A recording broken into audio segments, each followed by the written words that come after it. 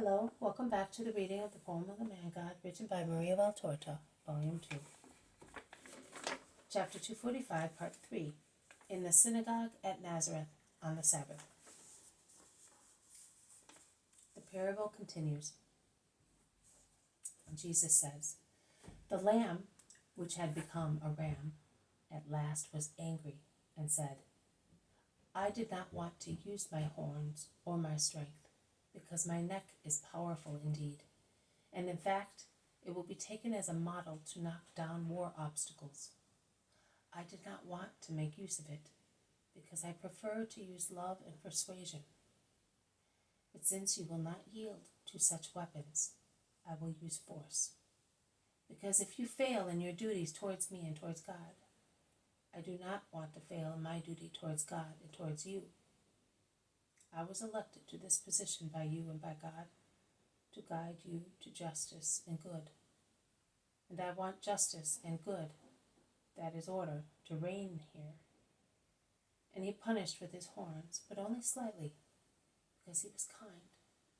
An obstinate cur, which continued to molest its neighbors. And later, with his most powerful neck, he broke down the door of the den, where a greedy, selfish pig had stored up victuals to the detriment of other animals, and knocked down also the liana thicket, which two lustful monkeys had chosen for their illicit love affairs. This king has become too strong. He really wants to reign, and he wants us to live as wise animals. That is not to our liking. We must dethrone him, they decided. But a shrewd monkey suggested, 'We must do it only under the pretext of a just reason. Otherwise we shall cut a bad figure with nearby peoples, and we shall be disliked by God. Therefore let us spy on every action of the lamb, which has become a ram, so that our accusation may appear a just one.' 'I will see to that,' said the snake. 'And I too,' said the monkey.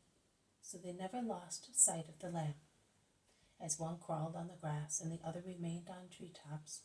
And every evening, when he retired to rest after the fatigue of his mission, and to ponder on the measures to be taken, and the words to be used to put down the rebellion and overcome the sinful habits of his subjects, all the animals gathered, with the rare exception of a few honest, faithful ones, to listen to the report of the two spies and traitors, because that is what they were.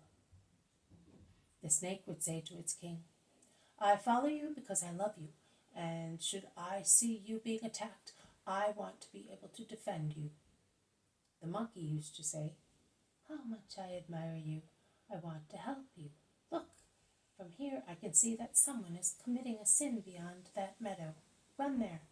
And then it would say to its companions, 'Today also he took part in the banquet of some sinners. He pretended to go there to convert them, but in actual fact he was an accomplice of their orgy.' And the snake reported, 'He even went outside the limits of his people as he approached butterflies, bluebottles, and slimy snails. He is not faithful. He deals with impure foreigners.' That is what they were saying behind the back of the innocent lamb, and they thought that he did not know. But the Spirit of the Lord, who had formed him for his mission, enlightened him also on the plots of his subjects.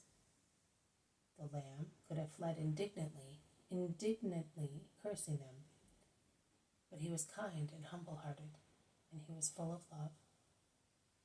His mistake was to love, and an even greater mistake was to persevere in his mission, loving and forgiving, at the cost of death, to accomplish God's will. Oh, what mistakes these are with the men, with unforgivable, so much so that it was condemned because of them. Let them be killed so that we may be free from his oppression. And the snake took upon itself to kill the lamb, because the snake is always the traitor. That is the other epilogue. It is for you to understand it, people of Nazareth, because I love you. I wish you to remain at least at the level of a hostile people, without going beyond that. The love for the land where I came when a child, and in which I grew up loving you and being loved, compels me to say to you all, do not be more than hostile. Do not let history say, his traitor and his unjust judges came from Nazareth. Goodbye. Be righteous in judging and firm in willing. The former virtue applies to you all, my fellow citizens.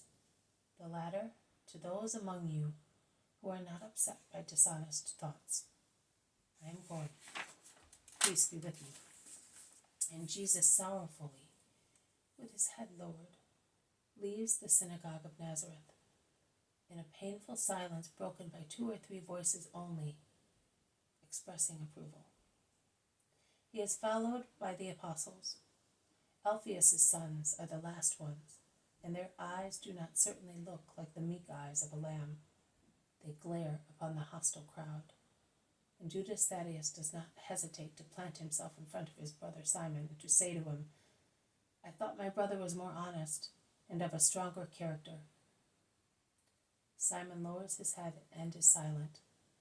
But the other brother, supported by other people of Nazareth, exclaims, You ought to be ashamed of offending your eldest brother. No, I am ashamed of you, of all of you.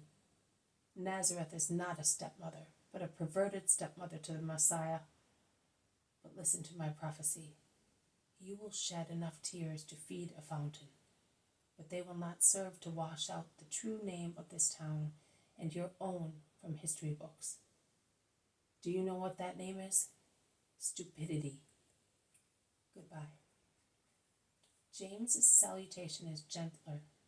He wishes them the light of wisdom, and they go out with Alphaeus of Sarah and 2 young men, who, if I am not wrong, are the 2 ass drivers who escorted the donkeys that were used to go to Joanna of Chuza when she was about to die. The crowds who have remained dumbfounded whisper, But where did he get so much wisdom? And how can he work miracles? Because he really works miracles. The whole of Palestine talks about it. Is he not the son of Joseph the carpenter? We have all seen him at the bench of the carpenter of Nazareth, making tables and beds, adjusting wheels and locks. He did not even go to school, and his mother was his only teacher. A scandal which also our father criticized, says Joseph of Alphaeus. But your brothers also finished school with Mary of Joseph. My father was weak with his wife, replies Joseph again. In that case, also your father's brother? Yes. But is he really the carpenter's son? Can't you see him? Oh, so many are like one another. I think he is one who says he is, but he is not. But where is Jesus of Joseph, then? Do you think that his mother would not recognize him? His brothers and sisters are here, and they all say that he is their relative. Is that right, you 2? The 2 sons of Alphaeus nod assent. Well then, he is either mad or possessed, because what he says cannot come from a workman. We should not listen to him. His alleged doctrine is either delirium or possession. Jesus is standing in the square waiting for Alphaeus of Sarah, who is speaking to a man. And while he is waiting, one of the ass drivers who had stopped at the door of the synagogue informs him of the slander uttered in the synagogue. Do not let it grieve you. A prophet generally is not honored in his fatherland or at home. Man is so foolish that he believes that one must be almost out of this world to be a prophet. And fellow citizens and relatives all know and remember more than anybody else the human nature of their fellow citizen or relative. But the truth is always triumphant. And now I say goodbye to you. Peace be with you. Thank you, Master, for curing my mother. You deserved it because you believed. My people here are inert because there is no faith here. Let us go, my friends. We shall be leaving tomorrow at dawn. This has been a reading from the poem of the Man God, written by Maria Valtorta, Volume 2, Chapter 245, Part 3, in the synagogue at Nazareth on the Sabbath. Thank you for listening. I will see you tomorrow. May God bless you, and may peace be with you.